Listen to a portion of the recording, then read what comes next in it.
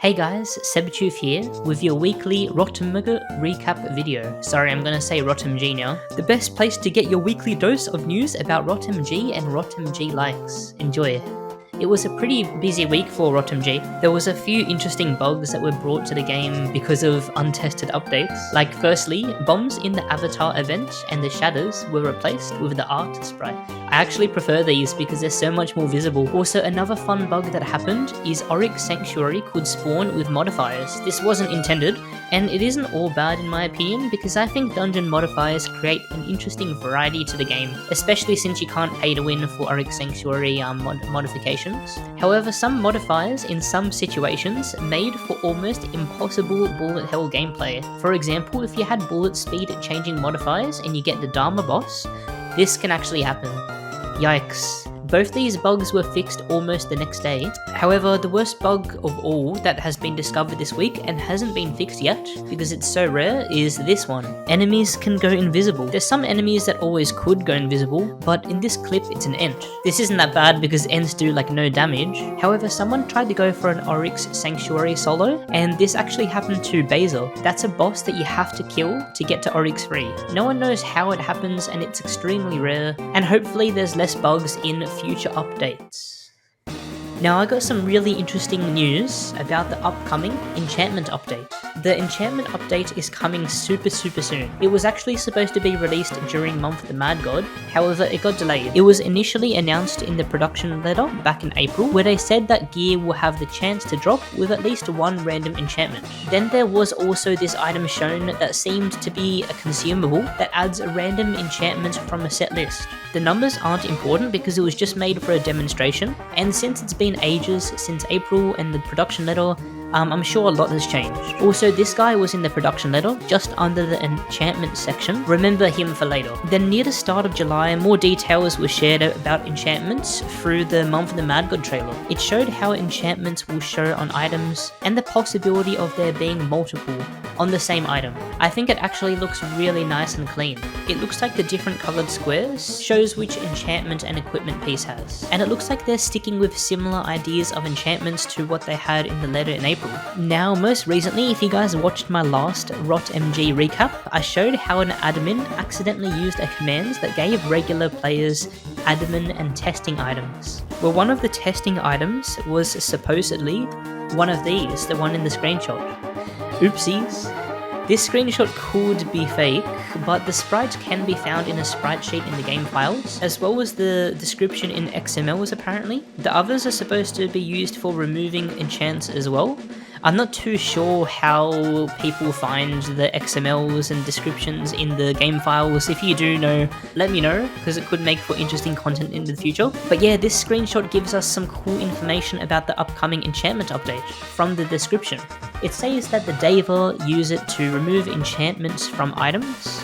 Check the Diviner in the vault. From this alone, you can assume that there will be an NPC called the Diviner in the vault. I'm a genius, aren't I? And it's probably going to work very similar to the Forge. In fact, there is a space in the top right, which would be very suitable. So I'm going to assume that it's going to be over here. And it wouldn't be so far-fetched that this guy is the NPC that will actually be there doing the enchantments, since the description of the item hints that it's going to be Deva themed, and this guy looks very similar to the Deva Fighter ST set. So yeah, I'm putting my bet on it looking very similar to this. To be honest, I'm kind of concerned about enchantments. It seems like it's going to be the dungeon modifier system, but instead for equipment. So the probability of getting the dungeon or equipment modifiers that you want is extremely low, but you can always spend money to get exactly what you want. Would be nice if the enchantments were also a bit more unique, instead of just intangible numbers like plus 1% attack or attack speed. Like for example, a flame enchantment on Colosaur that would burn people over time, or a frost enchantment that slows enemies for 1 second when hit would be pretty damn cool. Just some quick off the dome ideas. Also, I'm not sure how much this game can handle any more power creep. We've had so much in a single year, like for example enchantments, Oryx free items, shatters items, and the HP scaling chain. 15-man groups now can steamroll harder than any a group under 15 people could with the previous HP scaling. Here's an exaggerated example of this. Shout out to my friend Caramello for organising these runs. He got his friends together to do an Oryx free in less than a minute.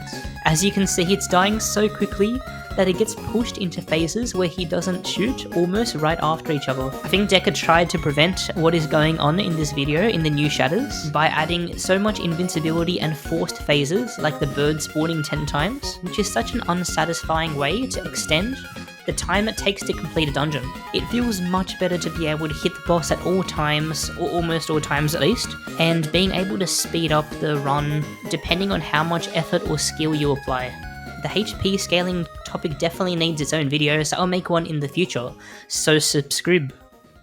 Some other things that happened in ROTMG this week is they added the Deva Fighter Trickster ST set and the Corrupted Paladin ST set to the drop table of chests from the Tinkerer.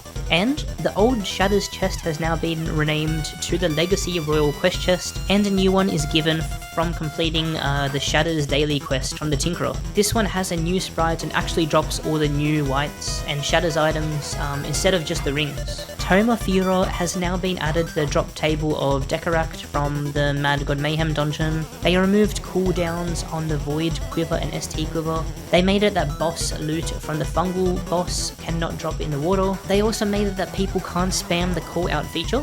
Loading times have actually been optimized a bit, thank god. Mine still goes non-responding every time I start up the game though. Satimmune, the tier 13 katana, is now tradable, and the autumn gift has now been added for most things in the store. This is just a reskin of the Biff items, and they also have a chance to get the autumn treasure, where the secret horde can drop. Legal gambling for children is great, and even though the month of the Mad God has ended, there's still a record amount of chest events running right now. For Darza's Dominion, a phone closed beta is about to start, in 1 or 2 days probably. Here's what the HUD for the phone version looks like. We got the chat, the volume button and challenges in the bottom left, gold and dead glory numbers on the bottom. On the bottom right there's a HP potion hotkey, ability button and Nexus. Then in the top right we got the map, the player list, which shows you people nearby or in the same instance, then stats and then inventory.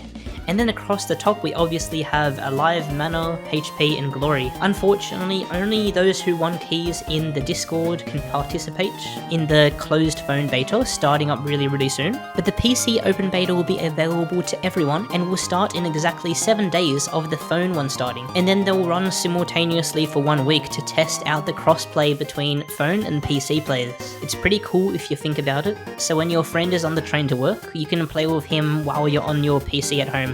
But yeah, my guess is no more than 10 days for the PC open beta to start, but I'll make sure to update you guys in the next ROTMG recap, so make sure you're subscribed. Only 120% of you guys are subscribed. For Beneath the Nexus, they signed a contract with Among Us, and they're adding an imposter boss.